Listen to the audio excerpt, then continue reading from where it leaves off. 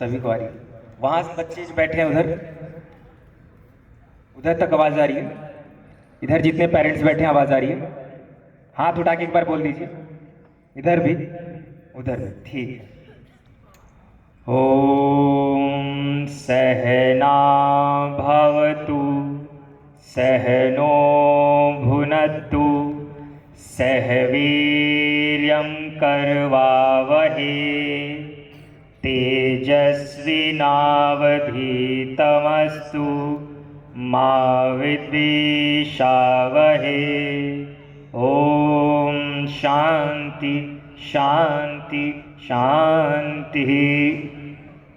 सबसे पहले मैं बहुत बहुत शुक्रगुजार हूँ विश्व भारती पब्लिक स्कूल का, जिसने मुझे ये सौभाग्य दिया कि मैं आप सबके बीच में आऊँ और अपनी बात को रखूँ। इसके लिए मैं आदरणीय प्रिंसिपल सर हितेश शर्मा जी का, टीचर्स का, स्टाफ्स का, पेरेंट्स का, हमारे आज जितने भी अतिथि विराजमान हैं, प्रिंसिपल मैम, हमारी आदरणीय मैम और विभिन्न विशिष्ट अतिथियों का मैं बहुत बहुत तहे दिल से आभार व्यक्त करता हूँ, धन्यवाद करता हूँ। स्टूडेंट का भी आभार व्यक्त करता हूँ, धन्यवाद करता हूँ। देखिए, आज स्पोर्ट्स डे है और स्पोर्ट्स डे के दिन सबसे पहला मैं सवाल आप सबसे जानना चाहूँगा, आपके स्पोर्ट्स टीचर कौन हैं? कहाँ हैं वो? कोई बताएगा? बताइए, खुल के बताइए, कोई बात नहीं। कहाँ हैं? क्या नाम है सर का? क्या? ब्रिजेश सर। एक बार ब्रिजेश सर के लिए जोरदार तालियां सभी की तरफ से होनी चाहिए। देखिए, क्योंकि आज स्पोर्ट्स डे है और स्पोर्ट्स टीचर के लिए ताली ना बजे, क्योंकि गुरुर ब्रह्मा गुरुर विष्णु गुरुर देवो महेश्वर गुरु साक्षात परम ब्रह्म तस्मै श्री गुरुवे नमः। बिना गुरु के ज्ञान नहीं होता। हमें जो स्पोर्ट्स की ABCD सिखाते हैं, जो जुनून भरते हैं, जो एथिक्स भरते हैं, वो कौन है? हमारे स्पोर्ट्स टीचर हैं। और इतना शानदार मार्च पास्ट आपने किया, इसके लिए मैं आपके टीचर ब्रिजेश जी का बहुत बहुत आभार व्यक्त करता हूं।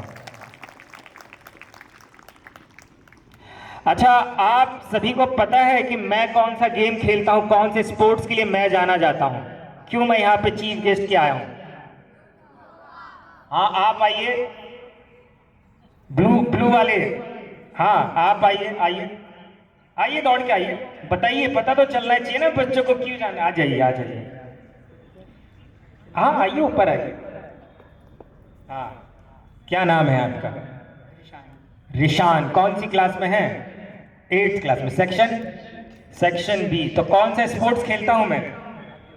योगा खेलता हूं। और योग के बारे में आप क्या जानते हैं?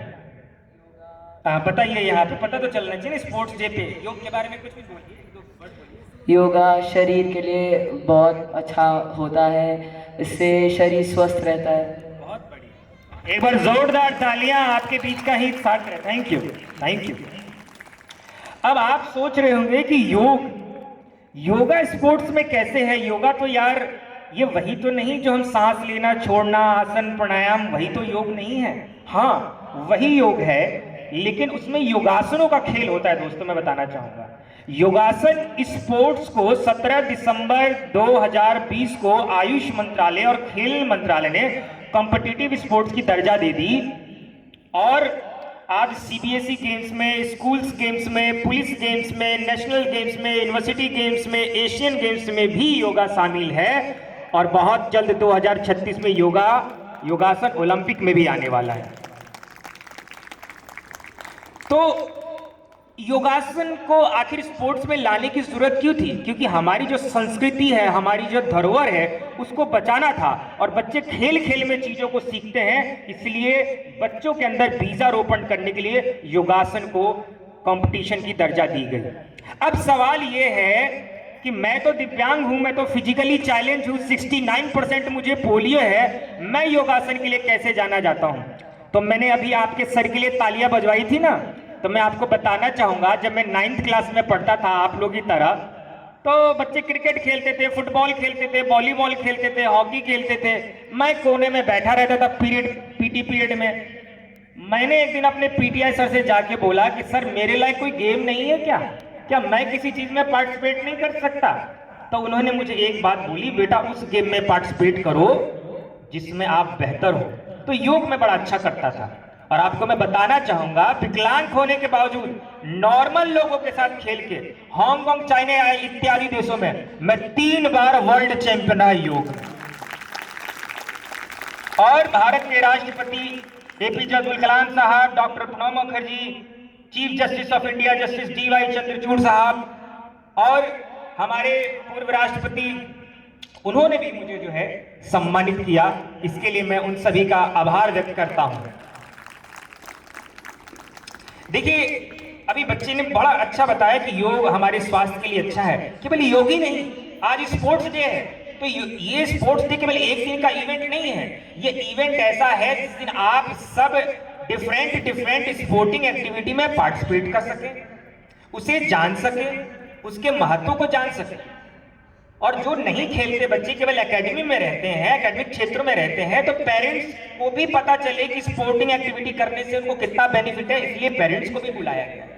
तो आज एक आपके अंदर जागरूकता, एक अवेयरनेस मिले। और जो भी आपने शपथ लिया ना कि हम फेयर के साथ खेलेंगे, डेडिकेशन के साथ खेलेंगे, यही स्पोर्ट्स सिखाता है। डेडिकेशन, फोकस, यूनिटी, लीडरशिप, ये सारी क्वालिटी आपको देता है, आपके होलिस्टिक वेलबींग को अच्छा करता है। और स्पोर्ट्स केवल यहीं तक सीमित नहीं है कि आप खेल कूद के लिए, आज स्पोर्ट्स की देन है। Although I am practising lawyer in the Supreme Court of India, I am a criminal lawyer, लेकिन मुझे योगासन खेलों के लिए यहाँ पे बुलाया गया, तो ये स्पोर्ट्स की देन है, इसलिए स्पोर्ट्स के लिए भी जोरदार तालियां। तो ऐसा नहीं है कि आप पढ़ाई के साथ साथ कुछ अच्छा नहीं कर सकते, आप बिल्कुल अच्छा कर सकते हैं। मैं ज्यादा आपका समय नहीं लेना चाहूंगा क्योंकि ठंड का समय है, तो मैं अपना आज आप लोगों को एक मैसेज देता हूं कि आपको जीवन में वहां से यहां तक आने के लिए किन चीजों का ध्यान रखना चाहिए। जीवन में आपको बस 4 चीजें ध्यान रखना है जो मैं फॉलो करता हूं। मैं किसी से भी पूछ लूंगा, देखिए ध्यान रखिएगा, ऐसा नहीं कि सर हमने तो सुना नहीं। वो 4 चीजें क्या है? आहार, व्यवहार, विचार और व्यायाम। आहार, अच्छा भोजन, अच्छा भोजन लेंगे तो स्वस्थ शरीर होगा, स्वस्थ शरीर में ही स्वस्थ मस्तिष्क का वास होता है। तो सारी बीमारियों का जड़ है कि हम समय पे खाना नहीं लेते, सीजनल फूड नहीं लेते, अच्छा फूड नहीं लेते, जंक फूड लेते हैं, इसलिए हमारा कॉन्सेंट्रेशन, ओबेसिटी, कॉन्स्टिपेशन इत्यादि जो भी आप कह लें, वो केवल योग करने से ठीक नहीं होगा, आपका आहार भी अच्छा होना चाहिए। अब बात करते हैं व्यवहार, करेक्टर, आपका करेक्टर, आपका मोरल करेक्टर। क्योंकि किसी ने अंग्रेजी में एक कहावत है, क्या खूब कहा है कि if you lose money you lose nothing, you lose health you lose something, but you lose your character you lose everything. तो आपका करेक्टर बिल्डिंग इतना अच्छा होना चाहिए कि समाज में जब आप उठे बैठे आप बताएं कि आप विश्व भारती पब्लिक स्कूल से पढ़े हुए विद्यार्थी हैं, तो लोगों को फक्र होना चाहिए, आप पे गर्व होना चाहिए। और वो मुझे दिख रहा है कि जिस तरीके से डिसिप्लिन के साथ आप लोगों ने इस बारिश के समय में, इस फॉग में जो काम किया है, ये केवल आपके करेक्टर से, आपके विचारों से ही झलक सकता है। तीसरा नियम है विचार। देखो, क्योंकि simple living, high thinking, positive विचार होना बहुत जरूरी है। सभी के प्रति अच्छा विचार होना चाहिए, अपने गुरु के प्रति अच्छा विचार होना चाहिए, अपने माता पिता के अच्छे विचार होने चाहिए प्रति, अपने देश के प्रति अच्छा विचार होना चाहिए। नेगेटिव थॉट ही, आज लोग मोटिवेशनल वीडियो देखते हैं कि हमें मोटिवेशनल चाहिए। सवाल तो ये है कि नेगेटिव विचार आ क्यों रहा है, उस पर काम करना है। तो जब आप अच्छे कर्म करेंगे तो अच्छे विचार भी आएंगे, तो आपका विचार अच्छा होना चाहिए।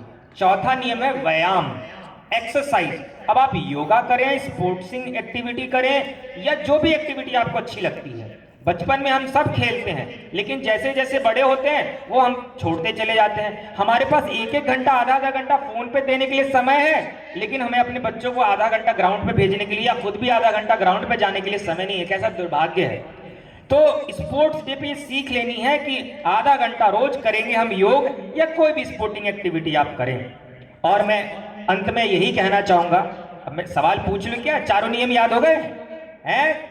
आहार, व्यवहार, विचार और व्यायाम। वही बात, क्या बात है, पूछने की सर मुझे लगता है जरूरत ही नहीं है। और हमारे आदरणीय हितेश शर्मा जी हैं, मैं क्या बताऊं, इन्होंने इतने अच्छे से मुझे कोऑर्डिनेट किया, इतने प्यार से मुझे यहाँ पे लेके आए, इतनी बारिश और ऐसे मौसम में भी इतना डेडिकेशन कि नहीं सर हम तो करके रहेंगे, हमारे बच्चे तैयार हैं। वाकई बहुत अच्छा लगा हितेश सर, जोरदार तालियां हितेश सर के लिए। आप सबने मुझे सुना, इतना प्यार दिया, इतना सम्मान दिया, सभी की तालियां मुझे आ रही हैं यहाँ तक इतने डेडिकेशन के साथ, वहाँ भी बच्चे तालियां बजा रहे हैं, क्या बात है, इतनी दूर भी। बहुत बहुत शुक्रिया, नमस्कार, जय Hind. Thank you so much, sir, for your inspiring words.